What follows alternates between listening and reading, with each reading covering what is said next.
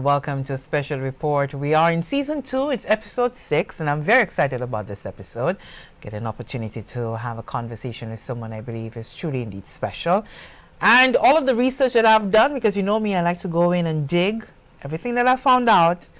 There's a common thread there, and perhaps by the end of the conversation, you too will discover what that is. So I'll leave it to you, but I want to say hello to our guest. He's someone who has risen from, his boyhood days of trying to find himself. He did just that, and he found himself all the way on the world stage and imprinted his name right there, but decided he's returning home to make a contribution. He wants to be able to be part of that developmental path for his nation. I'm speaking of none other than Mr. Stephen Fevrier. He has been a Workers' Party candidate as the main opposition prepares for the pending general elections. Castries North, endorsed for Castries North. Thank you so much for agreeing to have this conversation with me. It's a pleasure to be here with you tonight, Lisa. Oh, awesome. We're going to have some fun. Castries North, and what area of Castries North are you specifically from? Summersdale. I grew up in Summersdale, spent most of my time in Summersdale and in BZ. And your name is quite synonymous with what we would call church, faith, correct. Everything good. You're the son of a pastor, Pastor Joseph Fevrier. That's correct. So tell us a bit about your family. Thank you, Lisa, and good evening, viewers. As you said, I was brought up in an extremely Christian home. My father, Reverend Joseph Fevrier, was the Baptist pastor. He led the congregation at the First Baptist Church on Darling Road. My mother was a homemaker, but also in her own way a missionary. She studied religion at a seminary in Toronto, and decided to also return to St. Lucia, having completed her studies in theology and to serve. She too followed my father into the Baptist Church, and that's where the journey began. Of course, there were 3 of us, 3 children. My sister, Esther, who was the eldest, of course now deceased. My brother, Timothy, a little older than me, 4 years to be exact. And there was the youngest one, the troublesome one, Stephen Fevrier, who you are having a conversation with this evening. So we had a very tightly knit family, which revolved around maybe 2 or 3 things. One would be the church, 2 would be family. We spend quite a bit of time with each other. And the third would be community. And given the object and purpose of my parents' life and the commitment, we spend quite a bit of time in the community, not only in Castries North, to be fair, but as far south as Vieux-Fort, Micoud, Bexar. So we had a very good and, I would say, ordinary child upbringing. It was not about material things. It was about family. It was about giving back. It was about knowing your neighbor. So I must say, it was, looking back, it wasn't always fun when I was growing up, but it was a wonderful childhood, and one which I'm very proud of. We'll get to discover why it wasn't always fun, but we have some photos. I want you to walk us down memory lane. We want to take that journey with you as we look at some of your wonderful childhood photos. Talk us through this. So I think this would be circa 1980 or 81. I think I had just turned 4 years old. My wonderful mother in the background. I believe that's my neighbor Dion Lamontine standing next to me. And I think that maybe one of the scholars to the left. So this was at the ramp. That's long before the Royal St. Lucian was built. And we're having a bit of fun. I was about to cut my cake. And I quite like that shirt, actually. But it was Yeah. quiet times, good times. Yeah, you seem very happy there, very blissful, and just enjoying life. Definitely, Yeah, definitely, just enjoying definitely. life. My mother and father did the very best they could to ensure that we had a normal and happy upbringing. Yeah.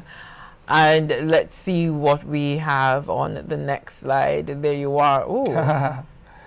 This is my sister, of course, Esther, to the right. Of course, me, I look like I growing a little bit of hair. That's you. That's you Yes, there in the middle. Now it's completely gone. Full circle you've come. Indeed, indeed, Lissa. And my brother attentively holding my hand, watchfully ensuring that I don't cross the road, I think it would be. It would seem that he took his role as big brother quite seriously. He still does, unfortunately. That's a good thing. That's a very good thing to have a big brother look over you He and does. someone that you can turn to as well. Absolutely. Yes. Absolutely. And let's see what's on the other side here. Oh, Yes. I is think that a that's what- frown on your face? The skull I there. think I was trying to have a projected debonair, cool look. Oh, Not that's sure what if it it is. was. That's what it is. Okay. My brother, myself, I suspect that was a Sunday afternoon after church on Darling Road somewhere. And of course, we were dressed in our Sunday best, as it were. Loving the bell bottoms. So that's good. And on the other side, Oh, beautiful lovely. family portrait there. Beautiful. My father looking extremely proud. My sister towering over me. My brother, a bit of a scowl on his face, and my delightful mom standing next to her husband proudly. And there on the other end, oh, This is a nice one. yeah. Of course, this is far beyond my recollection, but of course, my mother holding me, cuddling me gently. My brother looking very precocious, interested. And your dad always he Right. has a peaceful look on his Very, face, very very peaceful. proud as well. You Indeed. could see that coming through the photo. This That's is a gleeful look. Where did you get those photos? Ah. So this is my lovely cousin Lillian. She resides in the UK now, and it's me. I think I was maybe about 4 years old at the time. In our first home in Summersdale. Yes, yeah. Looks like you were about to I had a smile. get on up, yeah, and, had a and, smile have this have time. some fun for the day. I'm picturing maybe a great Sunday afternoon, and wow, a picture that says a lifetime of memories, doesn't it? Yes, 1971, long time ago. Yes. My maternal grandmother, my maternal grandmother, and my paternal grandmother. I think that was in the gardens, and my father extremely proud, my mother quite happy. Yes. Just after they got married. Yeah. Oh, now that's an interesting photo there. We have the former Prime Minister there now. This is Sir John Compton. I recognize Sir George Mallet, and the person in the middle there would I think be. it's like Hollis Bristol, yourself? perhaps. Okay, it's an interesting photo. Walk us through that one. I'm not sure, but usually my father would receive different professions from time to time. Maybe this was a activity to commemorate Nurses Week, but from time to time we receive dignitaries, including the Prime Minister at the time, who would often make himself available to celebrate either achievements or special occasions. And on those occasions, my father would certainly make every effort to ensure that these special guests were well received and, treated with the necessary proper care and attention. And So, at that age, when you were there, perhaps in that pew, or were you standing somewhere in a corner looking on? Do you have any memories? I was probably being very mischievous, perhaps outside running around somewhere. But the impressions that having such figures come to your home left a lasting impression for you. But I think it also motivated my father's deep interest in politics. Of course, he never was overt in his political leanings, but I think he secretly harbored, if not secretly, certainly he did have a preference for one political party. Of course, that's the political party which I have now elected to stand with. And I think through his own interest in politics, his interest in the development of the country, of course, he was a shepherd on the spiritual side, but certainly he did have a very keen eye for the country and for the progress that the country should make. In fact, I think I've inherited that interest, as it were, in politics and the development of the country from him. Although his main focus and preoccupation would have been the things of God, but certainly the country's development, both in terms of infrastructure, but the development of individuals, persons, remain very close to his heart. What I wanted you to walk us through as well, your life as a young boy. Before we leave, that's you there. Indeed. Yes. This was me at the OECS mission in Geneva. I was, I believe, about to deliver a statement, going through my notes, and I was about to take the floor in, I believe, a negotiating session. It could have been around COVID because, of course, we were definitely meeting virtually. So these are good memories as ambassador, and it was a proud moment for me. Yes, this is another interesting one. This is the former Prime Minister, leader of the opposition, Alan Chastney, flanked by the then head of the United Nations Conference on Trade and Development, Kitui. And to his right would be, of course, Dr. Didicus Jules, the head of the OECS, and, of course, yours truly to the far left. Lots of work you've done so much on the global stage, and this final one here would be? That is the head of the CTBTO in Vienna, former head. He went on subsequently to be Prime Minister of Burkina Faso, good friend of mine, and of course I had the honor and privilege of being received by him at his office in Vienna. I think that may have been around 2019, if my memory stands correctly. Yeah, have you told him about your decision to enter the political fray? Are you following his footsteps? I haven't. I haven't quite been in touch in the last year, but certainly will. I'm sure you'll find out. Yeah, I'm sure he probably has a word or two of advice to give to you. But looking at those photos there, and what a journey it would seem that you've had from your days growing up in Summers Day all the way to the world stage, and we want to be able to track that in conversation. I think some people look upon your family as being very interesting, just for the fact that you that Christian household. For you, what was it like? Did you find yourself having to always be, as we would say, children must be on the P's and Q's and be very well behaved? Did you feel that you had that pressure to always hold up to some ideal because your father was such a well-known pastor? I think there are two elements to this. The first one would be, I think my parents did not put undue pressure on us, and I'm very thankful, particularly for my mother and father, who allowed us to be children, allowed us to find ourselves, as it were. But of course, I believe people who went to our church, their kids, I think, had the belief that we were, a little better, more mannered, perhaps more disciplined, and the expectations were higher. So I think the higher expectations were really external. But my mother always protected us. She ensured that we were able to find ourselves, grow in a way where we would be allowed to make mistakes, allowed to find ourselves in the world that we existed.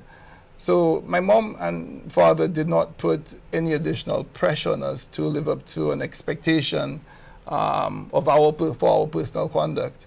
We were normal kids. You spoke about your sister Esther now having passed. What was that period like for you, having to have lost someone so close, and she was indeed young, having passed at the time. And how do you think your family was able to weather that tragedy? It's a good question. I think it was tragic not only because she died and we miss her dearly, but I think she died at a point where she had found herself. I think her journey through adolescence may not have been the easiest, but when she got into her 30s and she was finding herself, indeed she had found herself and her purpose, she had a chronic illness which required some treatment, and the treatment that she received resulted in a pulmonary embolism which claimed her life. But I'm satisfied that before she died, in the months and perhaps years leading up to her final moments, she had found herself and she was content and she was happy. So that's the bittersweet part of it. We've lost her, but I'm happy that before she passed, she was able to find a sense of peace, a sense of comfort. She had found herself. Mm. And you thought the family got closer as a result of her passing? I think it was one of those moments where you can't question the decision of God. You can't question the reasons behind her leaving us. We cherished her memory. But of course, for me, it was one of the first instances where you had to really divorce yourself from any agency, accepting what has taken place, cherishing the memory, learning from it, and ensuring that we stayed close with each other, loved each other. And I do think that we grew a lot closer as a consequence. Yeah. And as you continued on your own journey, did you now get a sense of how did that impact you? I want to ask how it impacted you on how you saw yourself, the goals that you had set for yourself. Did it at all give you more of a fire in the belly, if you will, to try to pursue your dreams? I think it caused me to reflect not only on the future, but on the past. There's always sibling rivalry. And at that moment, I wondered, maybe I could have been kinder, maybe I could have been more patient, maybe I could have been more tolerant, maybe I could have been more accepting. And that is something which, of course, definitely shaped my future conduct towards my brother, towards my mom, towards my dad. That when somebody leaves you, there's no more opportunity to say, I'm sorry. There's no more opportunity to say, I love you. There's no more opportunity to say, you know what, I was being a brat. I didn't mean it. You're my sister and I love you. So, it really did shape my desire to ensure that the people who are closest to me, those who entrust me with their love, care, and attention, that I do take due care with them. And of course, I'm imperfect. And sometimes I say a word or two which may not be kind. But I'm quick to call and say, you know what, it was my bad. I'm sorry. Let's move on. So I think, that has been a bit of a catalyst for me being a little more retrospective, reflective, as it were, and ensure that those who entrust me with their love, care, and attention, that I do that justice. So when you talk about that love, care, and attention, and I'm wondering about, the family dynamics and between the parents, one would often get the impression that your dad would, probably be the one to be the disciplinarian in the home, by virtue of the fact that, he's a man of God and he has, that strict way of getting things done. And what was it like at home? Give us a little insight. No, completely wrong. No? My dad was quite mild-mannered. He would speak very slowly, very calmly, very reflectively. My mother would find the strap. She would find the broom. She would find the shoe. Sounds like my mother. And she was a little more quick to anger, at least to ensure that we stayed on the right path. But it was all good. She cared for us, and she was able to balance being that disciplinarian with love, with compassion, with tenderness. So we were made to account. We were held to a standard that she set, not a higher standard, but a standard that she set. But certainly it was done in a way which was nurturing, where we learned the lessons that she wanted to teach us. So it wasn't gratuitous punishment, but it was done in a nurturing and loving way. Yeah. And the sort of influence she had on you, how would you categorize that? How would you qualify it? She was a strong lady. She was an extremely strong lady. She would make things happen. She didn't accept no on matters which were important to her. She believed in her children. She was very protective of us. And even as a homemaker, as a housewife, as a mother, she was extremely influential in my own professional development and my development as a person. So even until recent times, I would call her, maybe until last month, and say to her, this is what's happening in my life. These are the issues which I'm confronting, and how should I deal with it? Sometimes she would say to me, Ishmael, take your time, perhaps not giving me specific advice, but would be very encouraging for me to reflect on those matters which I confront or I'm confronting, and be patient and take decisions carefully, not be impulsive, not be impetuous, but reflect and make sound decisions. So she was quite a very calming person, someone who helped me sort through complex decision making at times with a very peaceful, even-tempered disposition. You will miss that. I can sense it from you that you, absolutely, because she has passed. Absolutely, absolutely. On the day she passed last Monday, I got a call from a friend of mine, and he said to me words which I'm finding to be increasingly true. He said, she's no longer there to take your call, but you can call on her in moments of need, in moments of discomfort, in moments of questioning, and ask for her advice. And interestingly, that has proven to be very true. I think this week, which has been a very interesting one for me, bittersweet, that I have made the plunge into the political arena. She's not here with me, but I have been asking her questions, and she has been answering me. So I will miss the conversations, but she is holding my hand even whilst I sit next to you. And I'm just wondering, because everyone that I've spoken to said, Stephen, he's such a smart guy. He's such a smart guy. Did you always know that you were a smart guy? Absolutely not. Absolutely, completely not. I think there are two parts to this. My performance academically was quite poor, to say the least. Anglican infant school, I was not an example in terms of my academic performance, let's just say. Primary school, my performance was far below the expectations of my parents. Common entrance, my brother went into college, St. Mary's College, flying colors. A few years later, of course, I went to Entripo, which was a really good experience, I must admit. But of course, my parents had expectations which I didn't meet. Bit of a story about getting into Entripo. My father said to me, okay, now you're here, we will make the best of the time here, and you will commit yourself to your studies. So I really want to see what you will do in your first term.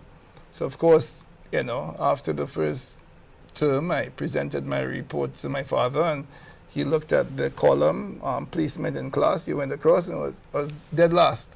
So I think but at that time, I think he had some reservations of whether I would be able to make it. But it was tough. I tried. Yeah. My mother got every single tutor available for me. But of course, it didn't reflect itself in improved performance. Why do you think it was so tough for you now that you've, the hindsight? I think kids develop at different stages, you know. I think the expectation that at 11 years a child is meant to take an examination, a standardized test that would be determinative of that child's future, I think is a bit much. And what I've found is that those people who performed at the extremely high level in that early phase of life, performance sometimes atrophies, it sometimes plateaus, sometimes is maintained. But I think those standardized tests, which were very important to the future of children, I think it put undue pressure on children. So it's one of I'm not a big fan of standardized tests, and I don't think that at that age, tests should necessarily be determinative of the path of a child's life for the next 5 years. But I did, whilst my performance didn't reflect that potential, and I hadn't been able to unlock my academic potential, I did believe in myself. I did have this light which burnt quite brightly within me, where I did know that I would, notwithstanding my poor performance, I would find myself in a position where I could make my parents proud. And not only making my parents proud, that I could satisfy my own God-given talents. But how did you turn it around? Well, it wasn't always very easy. I must confess, after really good, I think it was 3 years in Entrepot, made lots of friends, wonderful teachers, great experience. My parents recognized that my performance had not improved. And my aunt, Lillian Emmanuel, who lived in Canada, she invited me to be with her. So, of course, I packed my bags, moved to Toronto. And I remember that summer doing a standardized test, or a test which would have allowed it wasn't a test, it was an assessment to see what grade I should be placed in.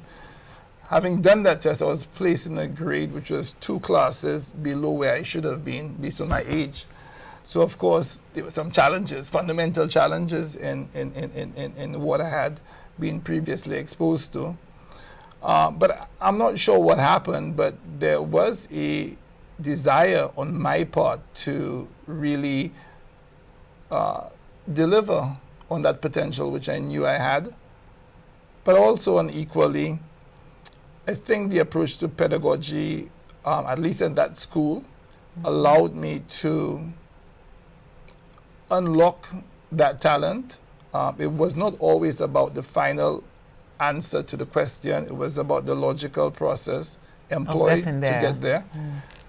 And with that, I got many final answers incorrectly. But of course, there was a logical sequence, a logical process, which informed that decision. And I think once I started to do better at school, and you know, there's a saying that once you learn how to win, it's easy. For sure, it wasn't easy, but certainly once I got the rhythm going and I started to work harder, I started gaining more confidence. Then a few years later, I was able to apply for university, and I got into my university of choice, which was the University of Western Ontario. And yeah, I think the journey went forward from there. First 2 years of Western were pretty much of a disaster, but we won't speak about that. But I did end with a B+ average with honors.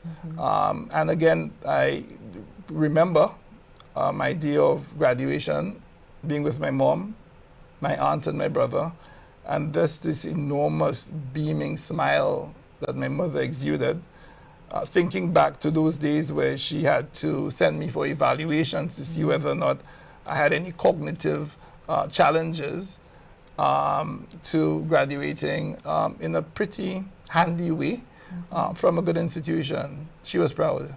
Did you ever feel less than? Because, you know, if you're in a school, at secondary school, and all of your classmates are getting A's and you come in last, did you ever feel that maybe there was something wrong with you?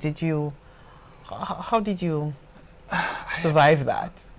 I don't know if it is something which is innate, whether I was willfully blind to my circumstance, but I didn't accept that my grades reflected my potential. Okay. So you just had it in you. I that believe you that knew. would happen. I believe that would happen. And I continue, but of course there is something which I also believe in. Faith is important, and faith is critical in any endeavor, whether in the physical or spiritual realm. But there are three parts for me to faith, which is patience, because it's not going to happen overnight. Trusting in the outcome, and finally work. Unless you could have all the faith in the world, if you don't work for what is important to you, you will never manifest your conviction. So the Bible does say that faith without works is dead. And yes, faith for me was and is patience. It won't happen tomorrow. Trust, believing in the outcome, and work your butt off to realize your goals. And it was in that you did indeed work it off, because now you're at what one consider very, very top as the advisor to the Director General of the World Trade Organization. It could not have been easy getting there. So this career path, how did you choose this career path? You chose it, it chose you. How did you start on that journey into international trade? So I think it started somewhere around the year 2000. After I finished my first degree, I was looking for a job, saw something about trade policy project in St. Lucia, funded by the Canadian government, the Canadian International Development Agency, CIDA. And it was at the OECS. So I applied, I was successful. And I worked for this very interesting St. Lucian, someone who was of immense intellectual talent, but also a cultural icon, a writer, an artist, Honorable Charles Cadet. And that was quite an interesting experience. He was very, very diligent, very rigorous, very thorough, very demanding of himself and those who worked with him. And this other lady who has become a very dear friend of mine, Maura Felix Richardson, who with him ran the trade policy project. So, of course, I had completed a degree in political science, focused on international relations. And I started understanding the importance of international trade. The trade policy project was a capacity building intervention funded by the Canadian government to provide the OECS with the capacity to engage in negotiations. And there were a number of multilateral and plurilateral negotiations which St. Lucia and the OECS had been engaged in. There was the WTO, Doha round, there was the FTA negotiations, which of course stillborn but were engaged at the time. There was the EPA negotiations, and of course there were negotiations within the context of the CSME. So yes, that was a pretty heady time for international trade, and I was really at the cold face of those discussions, very junior, but I was quite exposed at the time, and I worked with two very, let's say, mentors who guided me. After of course, subsequent to that, I pursued a master's in international commercial law, and then I returned to the OECS and worked again with Charles Cadet before I found an opportunity at the Ministry of Foreign Affairs International Trade, specifically the Trade and Legal Department. Of course, we continued, my files were again trade, and continued to follow WTO. I followed, I believe it was EPA as well, negotiations. And that took me to Antigua one fateful day in 2005. And during those discussions, I believe it was on services, trade, and the services market, I met some of the most illustrious, talented intellects from our region in the field of international trade policy. It was Richard Bernal, who was the then Director General of the CRNM, Henry Gill, Junior Lodge, really towering intellectuals. And I had occasion to spend some time with them, and for some reason or another, they took a liking to me. Not sure what I said or what I did, but certainly they thought I had the talent and the intellect and the drive to contribute to the EPA negotiations. Not in a meaningful way, but I did play a support role. And I was given the opportunity to be in Brussels, interfacing with the European Commission, interfacing with ACP ambassadors. And that was the beginning of my journey into this really important, but not always well understood area of international trade policy. And now you're all the way to the very top of the World Trade Organization. Yes, well, it didn't happen from that internship. Afterwards, I returned to St. Lucia, and I continued my work until I received a call from one ambassador who I had met in Brussels, Ambassador George Bullen. And he visited St. Lucia, and he said to me, Mr. Fevrier, you did very good work in Geneva, in Brussels. Would you like to continue? We have an offer to go to Geneva. Of course, I pondered, not for very long, and we went through the process. It was a competitive process, and I was able to be successful. And I went off to Geneva for an initial period of 6 months. And the interesting thing about that decision to leave is I had the option. I went to the permanent secretary and I said to him, I got this opportunity to go to Geneva.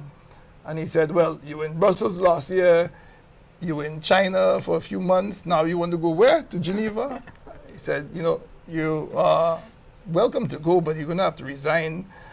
And of course, everyone said to me, you have a good job, you're a diplomat or you're a foreign service officer, it's a coveted position, don't resign for a 6 months assignment. Of course, I did. What I did was contrary to what everyone else I said. I resigned and I took on the opportunity. And you're talking to someone 20 years later who's had a pretty fulfilling career. First at the mission, then as I ran the trade policy practice for the Commonwealth Secretariat in Geneva. Then spent 3 years in the South Pacific. I covered Melanesia, Micronesia, Polynesia, based in Suva, Fiji, which was a quite interesting experience. So I've had the multilateral experience. I provided advisory support in Geneva, advisory support in the South Pacific. Went back to Geneva in 2018 to be head of mission. 2020 became ambassador. 2021, I was called by someone I have immense respect for, the Director General of the World Trade Organization, and she invited me to join her top team. And I've served in her cabinet for the last 4 years. It's one of the most interesting, compelling, challenging experiences of my life. And I was proud to, in that moment, in all those moments, fly the St. Lucia flag as high as I could. And then the question that everyone wants answered. You are at the top of the career that you were working so hard for. And you leave it to come home. That's great. You're coming home. We like that. But to enter politics, why? Well, I must say to you, when I made a decision, many people have since then told me that I was a bit mad to do so. But I think I've had this longing to return, and maybe my frame of reference is different. Maybe my ambitions for the country are too high. But over the last, I would certainly say over the last 10 years, but for sure in the last 5 years, I've seen an acceleration of decline in this country. I've seen social and physical decay. I've seen urban decay. I'm seeing more people telling me about their own concerns with their own physical security. I'm reading horror stories about the provision of healthcare or what passes for healthcare. I'm seeing the physical infrastructure crumbling. I'm seeing that we are bereft of any cohesive or coherent plan for the future of this country. I'm seeing young people increasingly hopeless about their futures. I'm seeing government ministers unaccountable for the wealth that they have generated in office. I'm seeing institutions which should be safeguarding the interests of you, me, and the viewing public being systematically dismantled and politicized. So I had an option. I could remain in Geneva. I could continue along the path which was comfortable, difficult, but comfortable, or I could return, join a team of men and women who believed in a better future for this country, who believe that we can become the best, who believe in the ambitions of Sir John, who believe that we should be doing better for ourselves and holding ourselves to account. Or I could remain where I was, and I chose to do the thing which I thought was the easier option, which is to return, because I would not have been comfortable remaining overseas, pursuing my own career, helping other countries, supporting multilateral issues, whilst my own country nears and sinks closer and closer into the abyss. What was that conversation like with your family, your dad included? Well, in October, I'll take a step back. I made a decision on the 8th of October. I was in a West African country, and we landed, and I mean, of course, you get these briefs prepared for you, and I'm looking at the data, and I'm looking at the profile of the country and the development of the country year over year. I mean, that country had a very low human development index. In the level of poverty was quite high, and in 10 years the government had been able to turn around the economy. Infrastructure was amazing, the airport was amazing, the facilities, the ambition. You could land, and within the first day or two you could see the ambition that government had for its people. It wasn't about the buildings, it wasn't about the infrastructure per se. It was about the young ladies who were working, the young men who found jobs, the services which were being provided. The country was moving, and that was also replicated in other countries that I had been to, where you see these countries which 15 years ago people would have scoffed and said, oh, that country is a backwater, and they've moved. And relative to us, I think we have a lot to account for ourselves. So, of course, I saw the development plan. I saw what was being done in terms of the provision of jobs, sustainable employment for young people.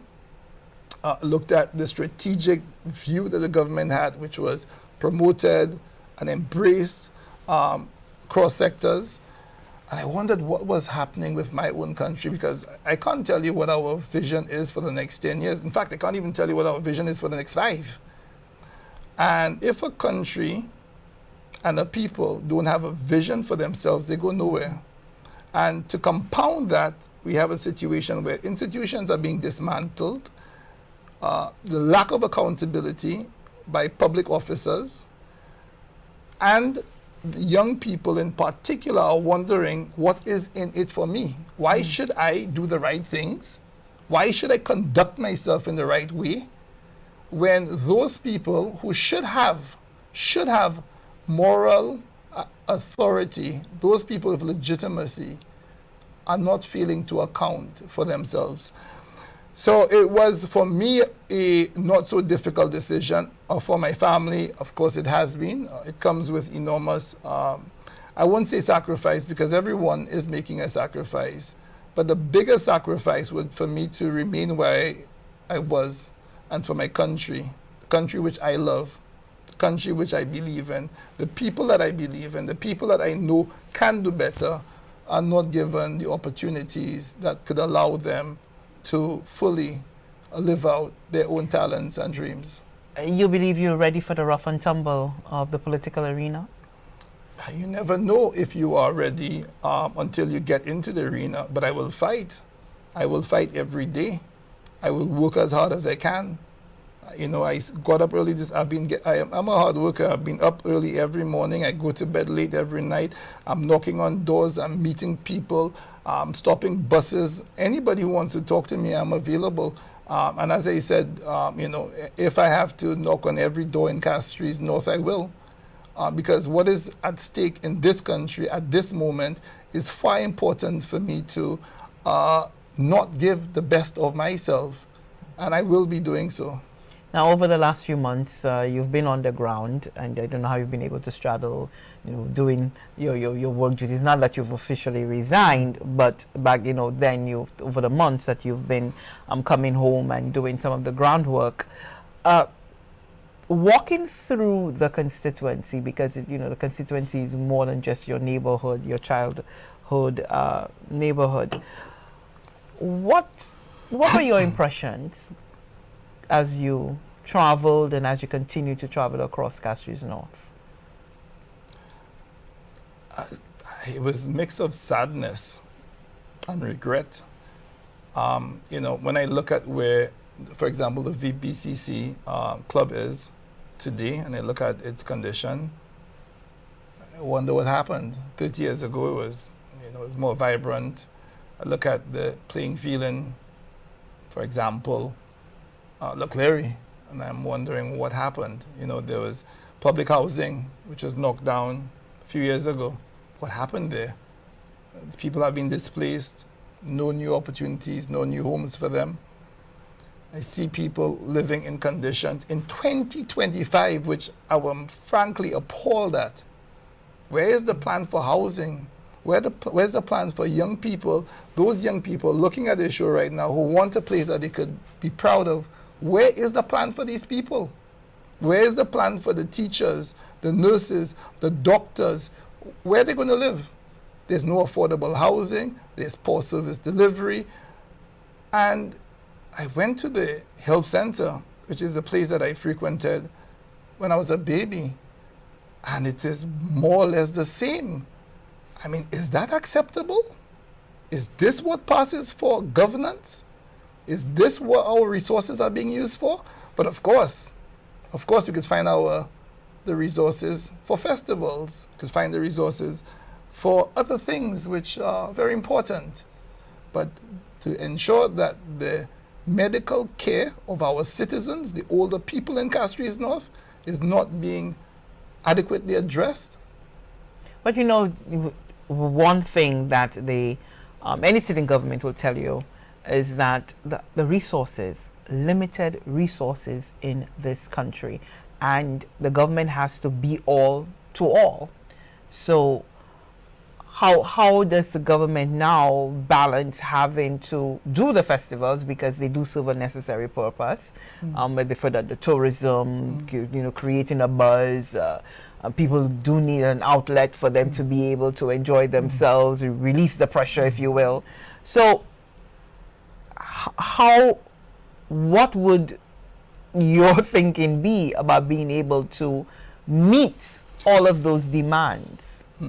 Look, I'm not suggesting in any way that, of course, these things play a very important role in bringing in foreign direct investment, bringing in foreign exchange, bringing in tourists. All of these things are very noble and important for the future prospects of this country.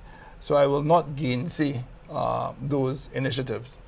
Some of them I support. However, there must be priority given to the health and well-being of people. It must be. And the extent to which I see focus being given at the community level, because I'm not speaking about what's taking place at St. Jude's. That's a whole different story, which we'll get into later. But I met person after person, some with COPD, some with who need, dialysis, some who have pains and there's no effective means of, there's no diagnostic facilities or enough diagnostic facilities which will allow these people to know exactly what the problem is. The cost of medication. Some people have told me that they've been waiting for the responsible authorities to respond to their needs and demands in terms of, these are shut-in people and still waiting.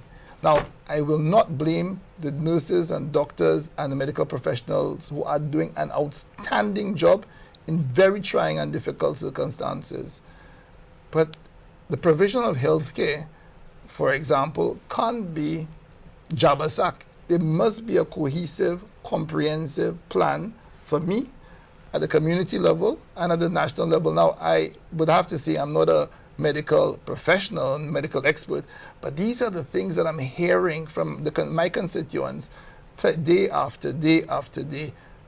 And it's something which I think is unacceptable in this 2025, where people do not feel that they have access to the service which is important to them. The government speaks about having universal health care, that universal health care plan. Have you had a chance to do some form of an analysis, look at it, size it up a bit? What do you think about that and compared to what the United Workers' Party, because the UWP does have a proposed healthcare plan? Well, look, I'm not sure. I have no idea what they mean by universal health care, whether it's for over 80-year-old people. I'm not sure if it's for people who are, let's say, without jobs. I'm not sure what it means. It seems to be a moving target. But what I do know is those countries which have universal healthcare programs, they are implemented differently. Of course, if you look at the NHS in the UK, look at the system in Canada, these are single-payer systems where the government writes the check for these services. And these are countries which have the economic means to defray those costs. These countries have huge balance sheets. In small countries like ours, it would be an extremely difficult proposition for the government to write the check for the provision of health care without having a means of facilitating payment, whether it be through insurance. So I'm very much attracted to the approach being proposed by the UWP, which is government takes care of infrastructure, pays the salary of nurses, and of course insurance would cover what is done, those interventions at the point of service delivery. I think that's fair. That is good in terms of burden sharing, and through that, there is the incentive of cost containment. You have in public systems what is referred to as the tragedy of the commons. If everything is public, then there's no ability to contain costs. But if there is a private, commercial, let's say, costing, then you understand what the cost of every intervention would be, and then you can make adequate provisions for it. So, I'm not sure what they mean by universal health care. I'll be interested in reading a little more about it. But I think the plan that the UWP has to have a system which is predicated on insurance and burden sharing is one which I am extremely attracted to. Yeah. And so as you move around the constituency and you're meeting the residents, what are some of the things that are jumping out at you and you're perhaps a bit stunned by, some of the issues that they are confronted by? Well, it's a lack of housing, that's for one. I think the young people in the constituency are not able to, they've told me at least, that notwithstanding some of the initiatives by the current administration, some of the ideas which they have for job creation, for small businesses, there is no means through which they can achieve progress. I was speaking to a lady yesterday in a hair salon, Faye, and she's speaking about the high cost of finance. I was speaking to another gentleman, Darrell Black, and he was telling me he wants to have a little business on VG Beach with beach chairs, but he doesn't know how to start. And getting financed through the government program, which I won't name, is very challenging. And so, look, I think we need to pay attention, particularly to young people. The young people are quite innovative, They don't want to work for people. They want to, create their own businesses. And we need to hold their hands. We need to do the best we can to ensure that they could materialize those dreams. So apart from healthcare, I see ensuring that there is support, wraparound support for business development, particularly for young people. Housing. There's a perennial shortage of housing. Even but have you thought about how you winning, if you were to win, these are the problems that you would have to come in and fix? Have you thought about how you would be tackling those issues? I am really on the housing side attracted to the PPP proposition. I do think that the government can work on the infrastructure bit, the subterranean cables, the infrastructure, and the private partners could do the actual physical construction of those homes. I think that both single family and multifamily residents would be important. I think there's quite a bit of land in Union. There are a few places in the constituency which would be well suited for that. So I think housing would be a high priority. Young people don't want to be living at their parents' home, but of course you could get a loan for a car, but getting access to finance for property is quite challenging. How do we address those issues? So I think the dream that parents had of owning their own homes, I think less and less and less people can do so. Teachers, they work hard. Police officers, hardworking people. Doctors, young doctors, school teachers, people who work hard every day in this country, they're giving the best of themselves. There's no line of sight to them owning their own homes now. I know the government recently announced that for the very group of St. Lucians that you spoke of, their group of professionals, that there is a stamp, the stamp duty that will be waived, and I believe the value of the home should be not exceeding, I believe, $400,000, if I'm not mistaken. So that sort of approach, it would seem that the government has given some thought to the housing crisis or shortage that we're experiencing, and in a bit to help and incentivize. I like policy, but I want to see policies materialize into reality. I hear these things, but of course, when I speak to my constituency, I am not seeing, and they are not seeing, any manifestation of those ideas. If this will help, great. But I think we have to work doubly hard to ensure that these people who are so deserving of support in owning a roof over their heads, that we can make it a reality for them. So yes, home ownership is quite important. Look, not everybody will own a home, but having conditions which you could be happy with, you could be proud of, is something which I believe. And even those who are not for new homes, but people who want to refurbish, fix their existing residences, their existing places of living, I think that is something that we have to look at. So housing is important, healthcare is important, support for the young people, getting young people both in terms of the economic opportunities to fulfill their talents, as well as through sports and other extracurricular activities are things which we need to desperately focus on and pay attention to. Earlier on, you said that you're ready to fight, willing to fight. You have the fight in you, and some will say, well, it's going to be a fight because your opponent, the senior minister Stephenson King, quite formidable.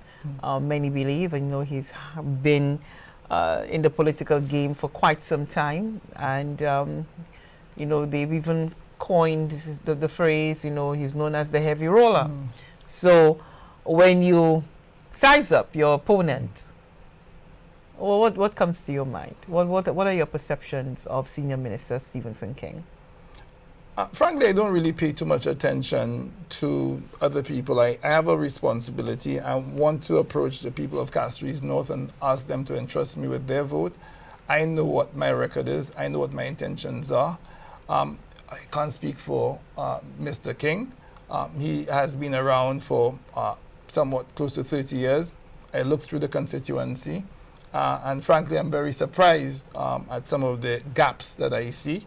I'm very surprised at some of the needs which are evident, which would be, clear even to a blind person. So I'm a bit surprised, but I'm not going to make a judgment on his tenure. That's for the people of Castries North to decide. What it is for me to do now is to present to them what my plans and priorities are and to earn their trust. I don't expect the people of Castries North to say, this is Stephen, he came from a big job, I'm going to vote. I want to earn their trust. I want them to feel me, to speak to me, to get to know who I am. And I'm confident if they do so, they will know that their best interest is in supporting United Workers' Party and the candidate, Stephen Fevrier. So that's my view of the incumbent. What I find very surprising, Lisa, extremely surprising, is the number of Labour Party supporters, including people in the hierarchy of the party, who have been encouraging me in this battle, encouraging me to continue. It seems that he is not as liked as he would want to be with the party that he has sided with. And so have you sought to find out more about what would, be fueling this perceived, I don't want to use the word dislike, but, perhaps he doesn't wield enough favor within the St. Lucia Labour Party. He's not a member of the party, but he's a member of the Labour Party government. I would reserve comment on that. All I could say is people's character is manifested through their actions, and I think people's actions speak loudly. And when you talk about those actions, and you said you'd reserve judgment, but an action that many, whether you are Flabo, you are Labour, whether you are in St. Lucia and you're indifferent, or you St. Lucian, you're in the diaspora, or you're not St. Lucian at all, no one can forget the move by Stephenson King at the last general elections when he sort of defected from the United Workers' Party. You have some thoughts on that? I have no specific thoughts on that. That's a matter between him and his conscience. What I can tell the people of Castries North is I am there for you, not for myself. I will never betray you. I'm going to work with you. I'm going to do what is required for me to uplift your life, and I'm going to commit myself to that cause. What his intentions are, what he did before, that is with him and his conscience. My focus is on the people of Castries North and delivering for them. You earlier on, and I get that sort of flashback, the photos that we saw earlier on, and Sir John Compton and Sir George Mallet, featuring prominently in those photos. And Stephenson King has said that the flubble that Sir John Compton built, this is no more. That what exists now, it's a powerful. So you seem to have been very akin to Sir John. You had a liking for him. You understood. You were somewhat, I get the sense that you were in awe of how he handled St. Lucia, managed his development. So why the UWP? Do you see that the UWP, is it different to what obtained under Sir John? Do you share that opinion that it's preferable? Absolutely not. Absolutely not.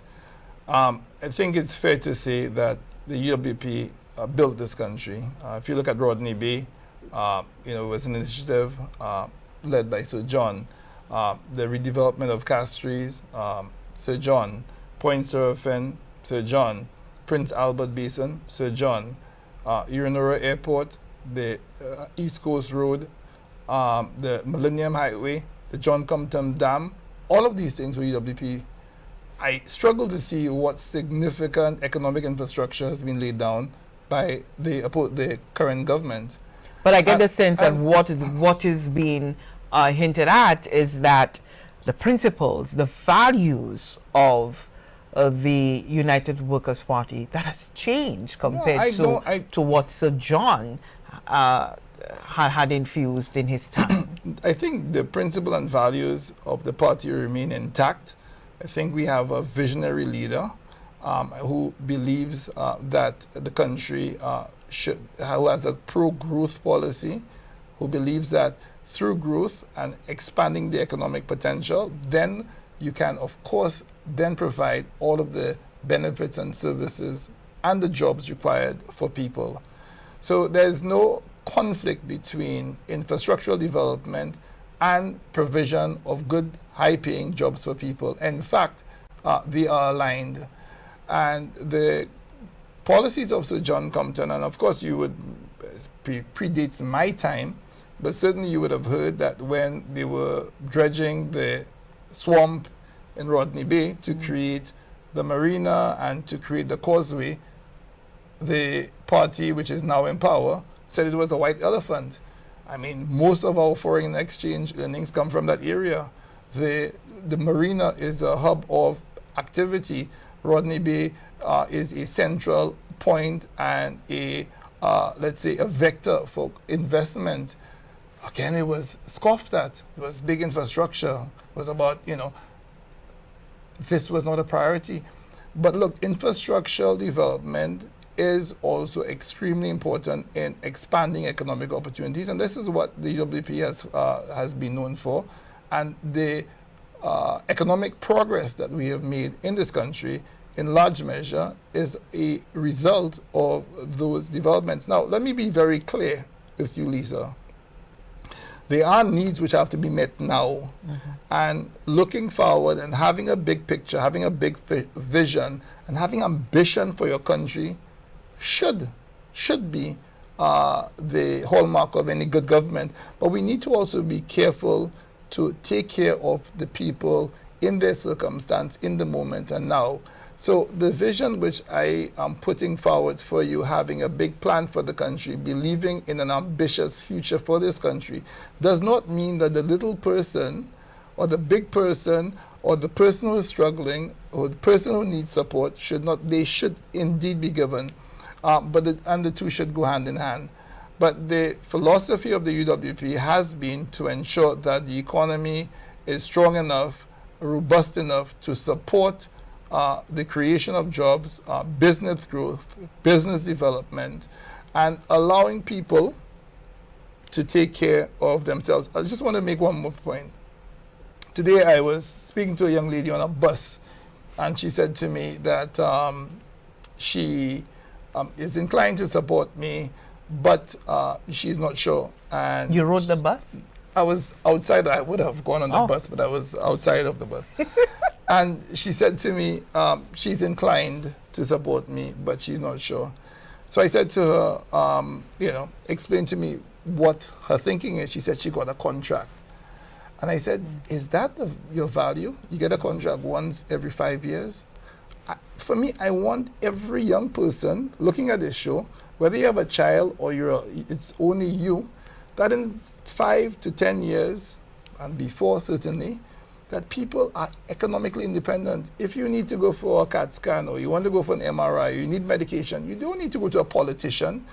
If you don't need to go to a politician to pay your light bill. You don't need to go to a politician to get school books for your children. You don't need to go to a politician to fix your roof. I mean, is that the society where we're cultivating? Again, let me be very clear. Those needs exist, and we need to fulfill those needs now. But we need to grow the economy in a way that becomes something which is no longer prevalent or normal. We need to create economic opportunities to create economic independence for people. No one wants to do that. No one wants to go to a politician to pay their light bill. No one wants to do that. And I am convinced that if we do what is right, again, I'm going to be very careful that we need to continue to support where those needs exist, but we have to grow the economy in a way that makes those realities, those difficult realities, something which is no longer as prevalent as they are today. Your political leader, Alan Chastney, he draws a lot of criticism because, I'm hearing you speaking about, ambition within the government, a big vision. But Alan Chastney, he speaks on those terms, wanting bigger things for St. Lucia. And we've had this infamous phrase going around now, because he was on a program, and someone called in and said that Alan Chas, after he laid out his vision, his plan, development plan, some caller said he wants to turn St. Lucia into a little Miami. So is it, do we run the risk, or as individuals who are perhaps forward thinking and wanting more for our country, do we run that risk of perhaps thinking too big for St. Lucia? Does St. Lucia have it in it to be like a little Miami? Is that even possible? But who are we, Lissa? The St. Lucia I know and the people I know in 1979 won the Nobel Prize for Economics. The St. Lucia I know and believe in won a Nobel Prize for Literature. The St. Lucia I know and believe in, we just beat the world at the Olympics. The St. Lucia I know and believe in, we produce some outstanding citizens. And the St. Lucia I know and believe in can do great things. But we need a government to empower us to achieve these results. But also we need a government with a vision. Now, I'm not sure about this Miami comparison, but St. Lucia needs to be the best at who and what it is. St. Lucia has to be proud of its natural endowments, what it is. St. Lucia is a beautiful country, in my estimation, the most beautiful country on the planet. And you've been to many countries. I've been to a few. and I believe that we could do better.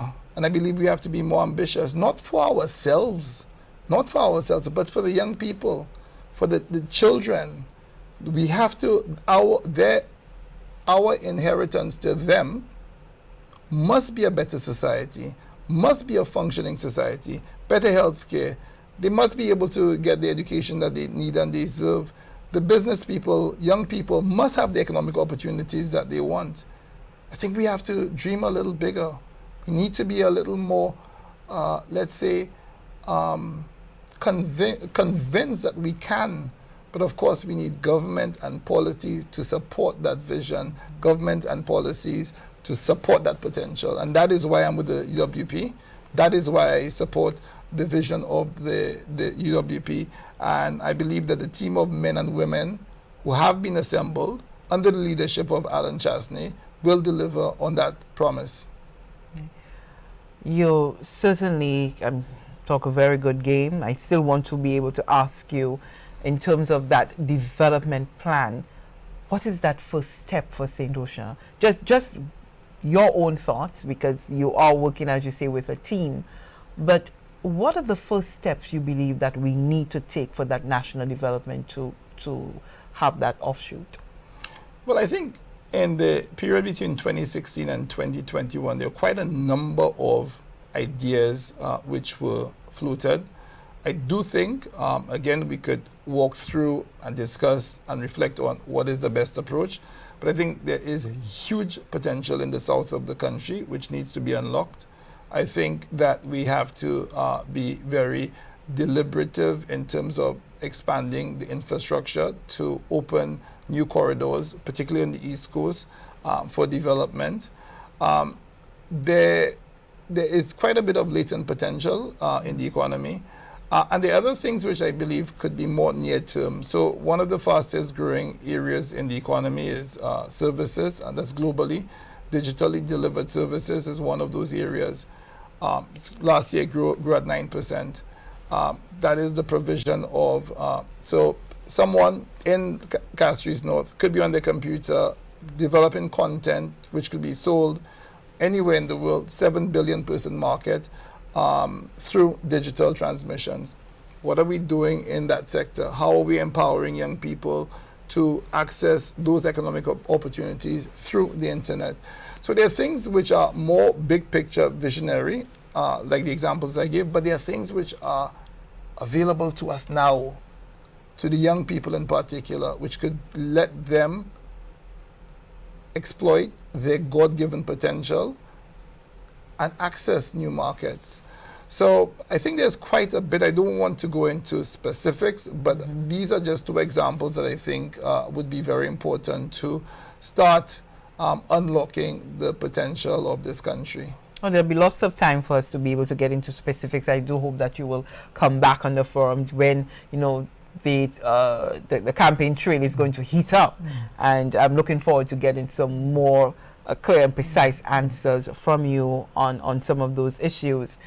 But you're talking, and I'm thinking that while the infrastructure and the development plan, all these things are great, but if we do not have the mindset as a people, I don't think much can come of a development plan, whatever strategies that may be. The people themselves need to be ready.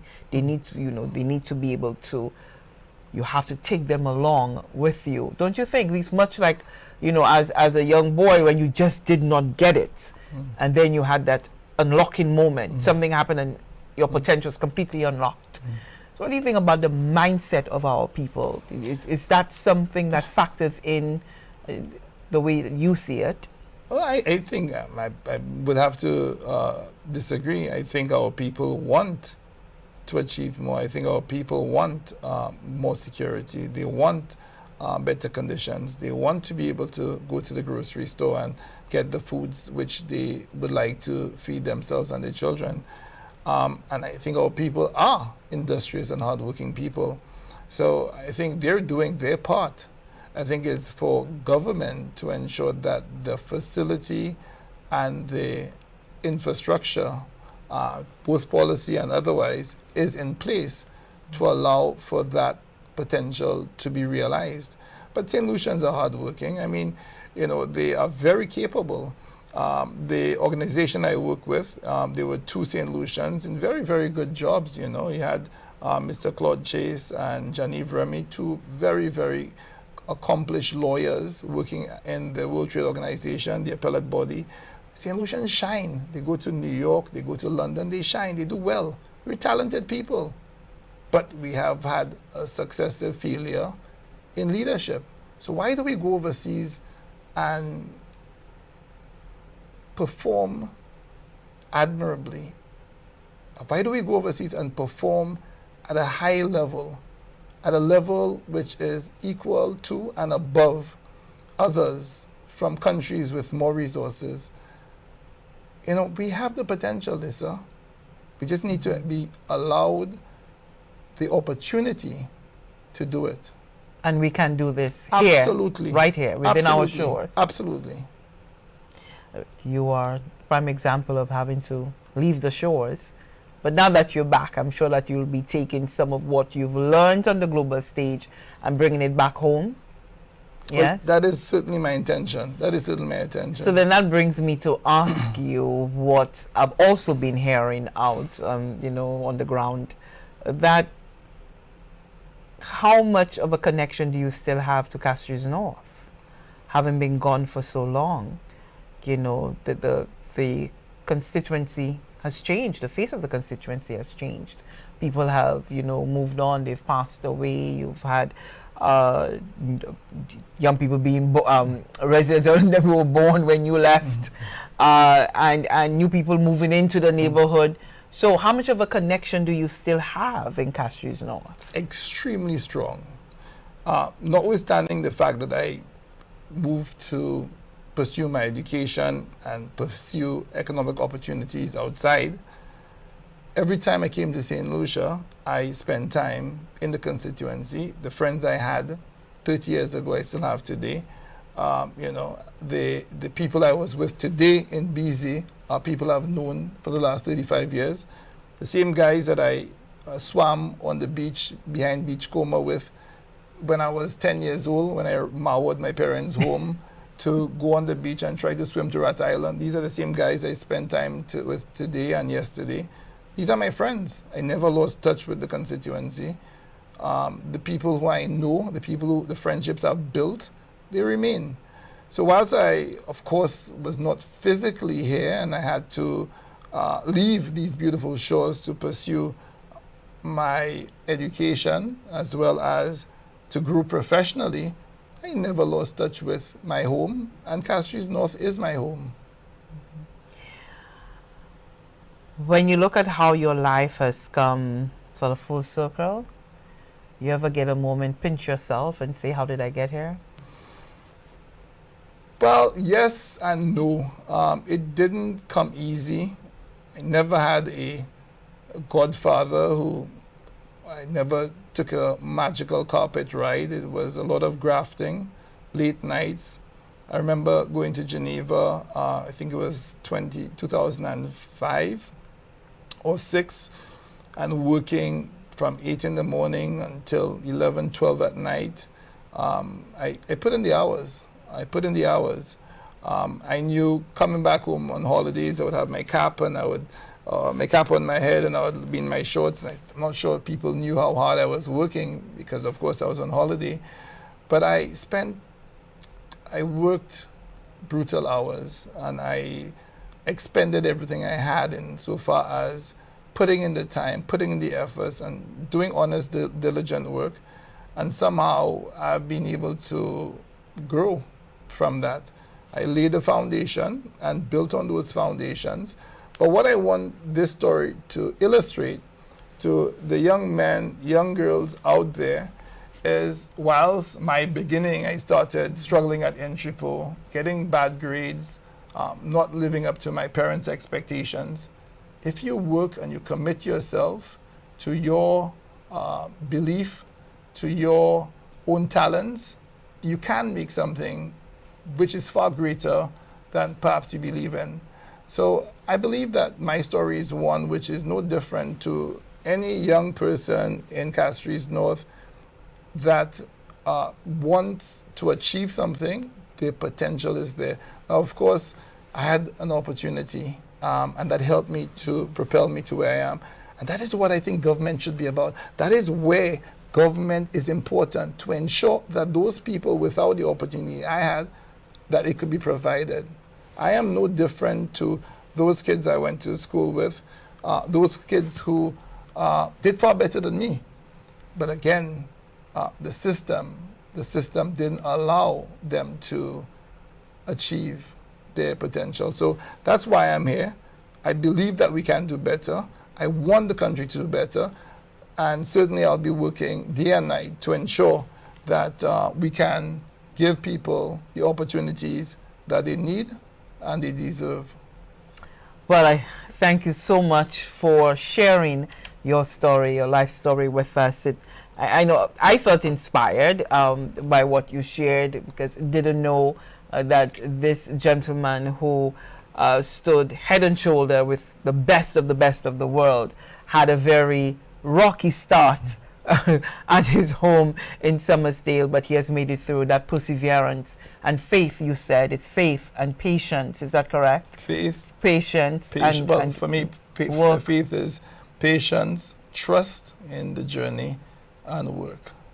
I love that. I have to take that and put that up on my wall. As like, because every day can be challenging. And so you always want something to keep you inspired and to keep you moving. So I want to thank you very much, Stephen Fevrier, for sharing your story with us. I do hope that you've gotten to know the UWP Castries North candidate much better. And we are looking forward to having him back here. And as I said, as the campaign trail heats up, we'll be getting some more specific answers from him. And we do look forward to that. So thank you so much for tuning in. I'll be seeing you next time right here on the Special Report. I'm Lissa Joseph saying goodbye.